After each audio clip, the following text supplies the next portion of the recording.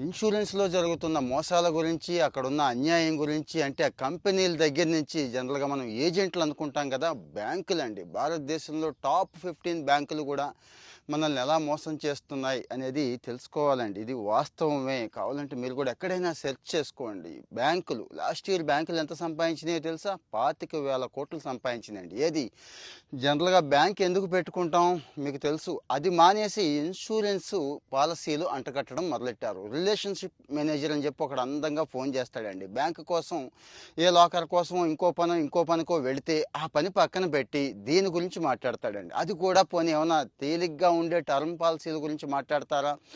తక్కువ అమౌంట్ కట్టేవంట money back పాలిసీలు, యూనిట్ లింక్డ్ పాలిసీలు చాలా ఉంటాయండి. ఈ మధ్య పాపం ఒక పేద తల్లి చిన్న సంపాదన సంపాదించుకునే ఆవిడ చేతికి ఒక ₹1,00,000 వస్తే ఏదో బ్యాంకుకి పని మీద వెళ్తే ఇన్సూరెన్స్‌లో పెట్టేశానని నాకు తర్వాత చెప్పిందండి. నాకు చాలా బాధేసింది. ఆమె ఇంట్లో ఆ పాపకి ఫంక్షన్ చేయడానికి 2,00,000 అప్పు తెచ్చిన మనిషి ఏదో ₹1,00,000 చేతికొస్తే ఇలా కట్టించేసుకున్నారండి. ఇది అందరికీ అనుభవమేనండి. నా చిన్నప్పుడైతే గట్టిగా తిట్టుకునేవాడిని. పీర్లెస్ ఇలాంటి కంపెనీలు ఉండేయండి. వాడొచ్చి ఎంత మంచి మాటలు చెప్పాడంటే, మా నాన్నకేమో అసలు ఏ చదువు రాదు. మనం అప్పట్లో చిన్నతనం. కట్టామండి. కానీ తీరా తర్వాత అర్థమైంది ఇది ఏజెంట్లు కమిషన్ కోసమే కట్టించుకుంటారు అని. అవును నిజమే మీరు వింటుంది. మనం ఫస్ట్ ప్రీమియం ఏదైతే కడుతున్నామో అంటే మీరు 10,000 కడితే ₹6,700 ఏజెంట్‌కి వెళ్ళిపోతుందండి. అక్కడ బ్యాంక్ ఉండొచ్చు, ఏజెంట్ ఉండొచ్చు, ఎవరైనా ఉండొచ్చు. ఇది ప్రధానమైన కారణం అవుతోంది.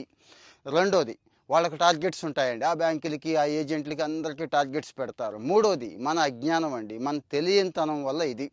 ఇక ఫ్యాక్ట్స్‌లోకి వెళ్ళాలంటే 2 సంవత్సరాల కిందట అంటే 23, 24 సంవత్సరానికి 2.5 లక్షల కంప్లెయింట్లు వచ్చినాయండి. ఏది? బీమా అంబుడ్స్‌మన్ ఐడియా ఉంది కదండీ మీకు. బీమా అంబుడ్స్‌మన్ అనే ఒకటి ఉంది. దానికి అన్ని వేల కంప్లెయింట్స్ వస్తే అందులో మళ్ళీ సగానికి సగం ఇవేనండి. ఫ్రాడ్ మోసం చేసి నాకు అదొస్తది, ఇదొస్తది అని చెప్పి మోసం చేసి ఇలా చేశాడు అని. పోనీ ఏదైనా వీళ్ళు కడుతున్నారా అంటే అది కూడా ఆ డేటా కూడా వచ్చిందండి. అది చెక్ చేసుకుంటే సగానికి సగం మంది 5 సంవత్సరాల లోపే విత్‌డ్రా చేసేసుకుంటున్నారండి. అంటే ఒకప్పుడు అది కూడా ఉండేది కాదు. ఈ మధ్య ఏదో అది ఇచ్చారు. ఎంతో కొంత అమౌంట్ వస్తదిలే ఆ బాధ పడలేం మనం అంటే ఎక్కువైపోయినాయండి. ఆ కిస్తీలు ఎక్కువైపోయి ఆ కట్టలేక విత్‌డ్రా చేసేసుకుంటున్న వాళ్ళు కొంతమంది. ఇందులో హెల్త్ పాలిసీలు కూడా ఉన్నాయండి. దయచేసి నా సలహా ఏంటంటే మంచి కంపెనీ అనేది పక్కన పెడదాం. నేను మళ్ళీ చెప్తున్నానండి. ఎవరిదైతే మంచి రేషియో ఉందో అదే చూసుకోండి.